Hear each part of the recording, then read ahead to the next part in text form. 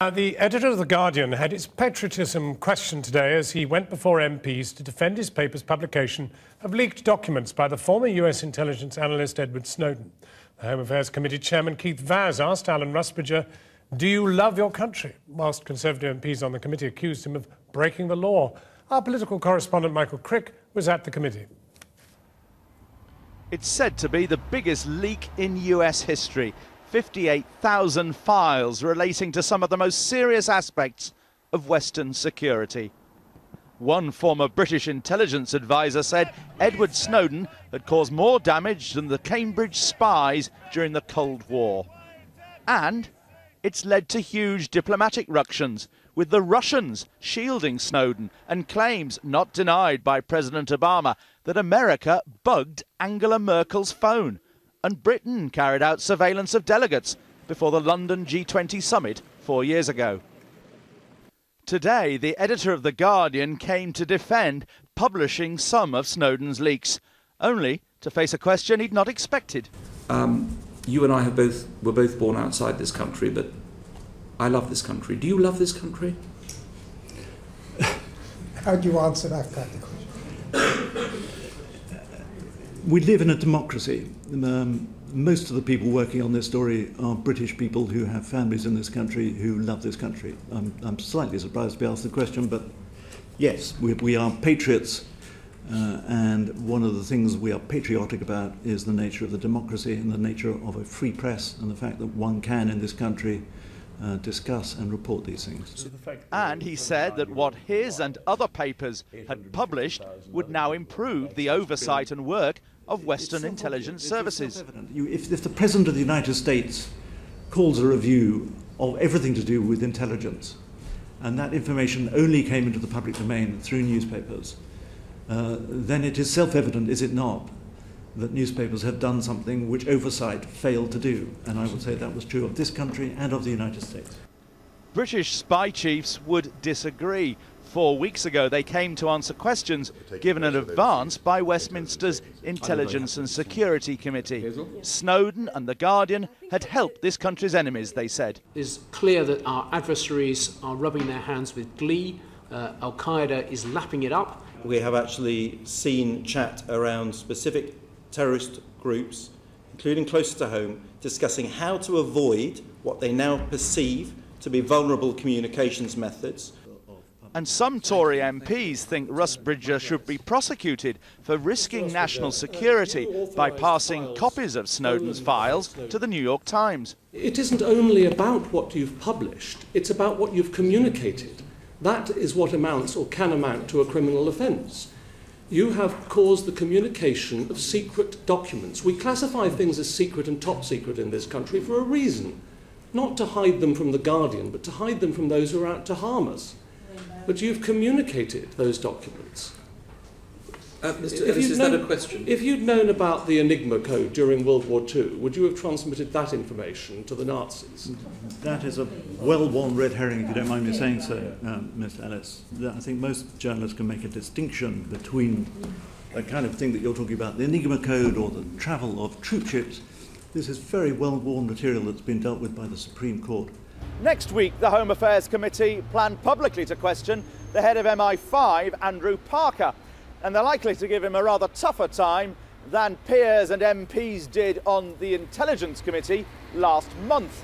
One big question, which Mr. Parker won't need to obtain in advance by whatever means, is how in a free and democratic society do we exercise oversight of the intelligence services and stop them getting out of control? Michael Crick, Channel 4 News, Westminster.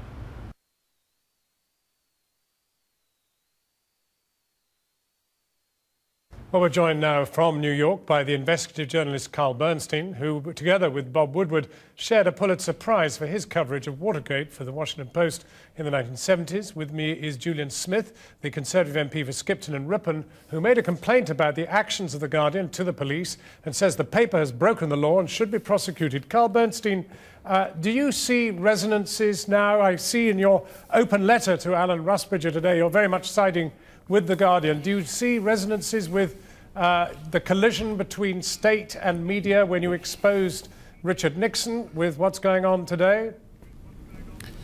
What I see is an attempt by some members of the Commons and of the government to make the conduct of the press the issue here instead of the conduct of the government itself and its over-secretive notions, its over-classification of information, and constant running around and avoiding the kind of oversight that is elemental in a democracy. Those are the real issues.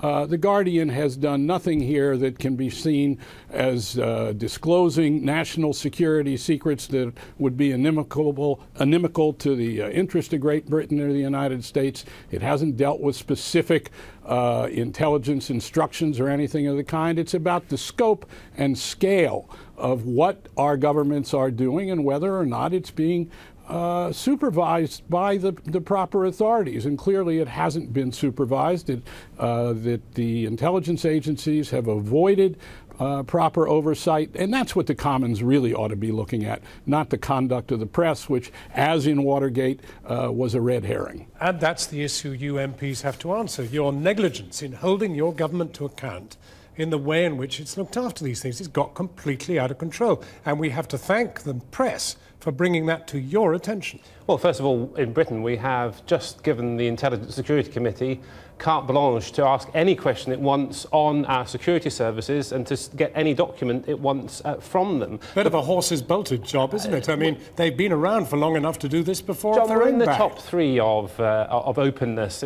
countries worldwide. We've got to be proud of that. The issue today was not that, however. It was the fact that Mr Rusbridger, having avoided MPs for weeks and months, admitted to the fact he had communicated in tens of thousands of documents the names of the women and men who protect us day in, day out in our security services. He said today... This is simply blatantly untrue. Not one single name has been disclosed. But that is not 1% of 58,000 pages has been disclosed so far, and, you're right. In that, no naming. You are right, but the Act, the Terrorism Act 2000, states very clearly if you communicate that information, you have broken the law. And he's done that. We have documents in Brazil. Channel 4 News, I might say, has also published Snowden can I ask material. The Right Honourable member of Parliament a question? Yes, you ask him If I could ask the Right Honourable member of Parliament a question. You talk about, well, he's broken this technicality of the law. It seems to me what he's done is that he has held up the spirit of the law very, very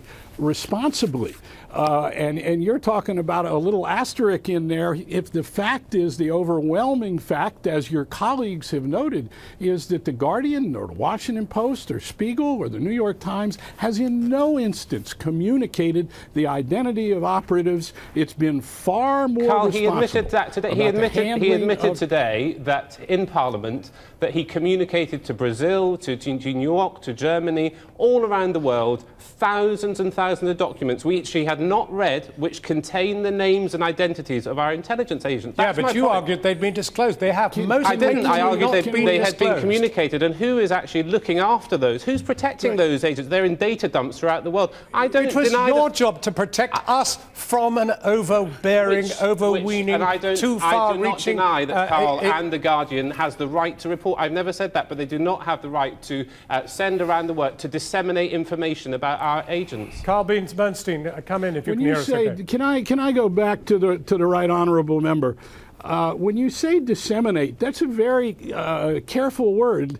The fact is that The Guardian has not disseminated. He sent what it has FedEx, done is he used FedEx to send the names of our agents overseas. What is that if it's not dissemination, Mr. Bernstein? How do you know the names of our agents are in those documents? Have you seen them? Mr. Rusbridger did not deny that they have not been sent today. In his you have no evidence that they're in those documents. He said they were, and I believe what he'd said. I see, but you have no evidence independently to verify that. Well, he hasn't denied it, and he said they were there. I believe that what...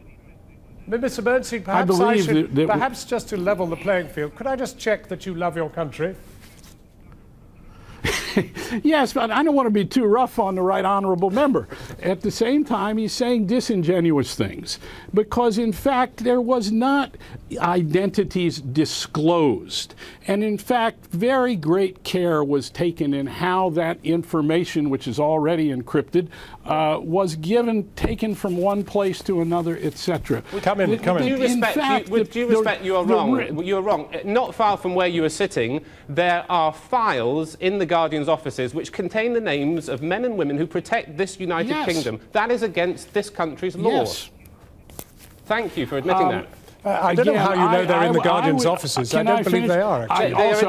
I would suggest, I would also suggest that when you talk about this country's laws, that you look at your Official Secrets Act, which is really at the bottom of too much of the problem here.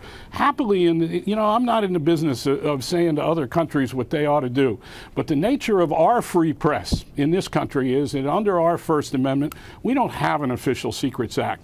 And your Official Secrets Act and your attempt to haul in journalists and reporters for doing their job, especially in cases of malfeasance and misfeasance by governmental officials, is a result of this terrible Official Secrets Act. Carl Bernstein, and in a real democracy, you say you're number 3 in the world. I did not say that your work, your excellent work, the work of The Guardian, the work of Channel 4 News, is something that MPs should prescribe. What I said is that these organisations should not break the law in the course of doing that. And tonight I've asked Mr Rusbridger to tell our intelligence services what names of men and women he has disclosed internationally in data dumps throughout the world. Well, he has not disclosed anything. He has sent them. But what I want to know from you is, do you still want him prosecuted? I think that the law should take its course. In which case, would you include me on the charge list? Because I've also seen some of this material. Well, I think the... Please, the editor of the New York Times, editor of Der Spiegel, will you have us all on the charge sheet? John, you cannot say that there is not a point in what I'm saying. There is a point that you have to split the freedom of the press with breaking the law, and they've broken the law tonight. Carl Bernstein, thank you very much indeed. Alas, time has beaten us, let alone the system. Thank you very much indeed also.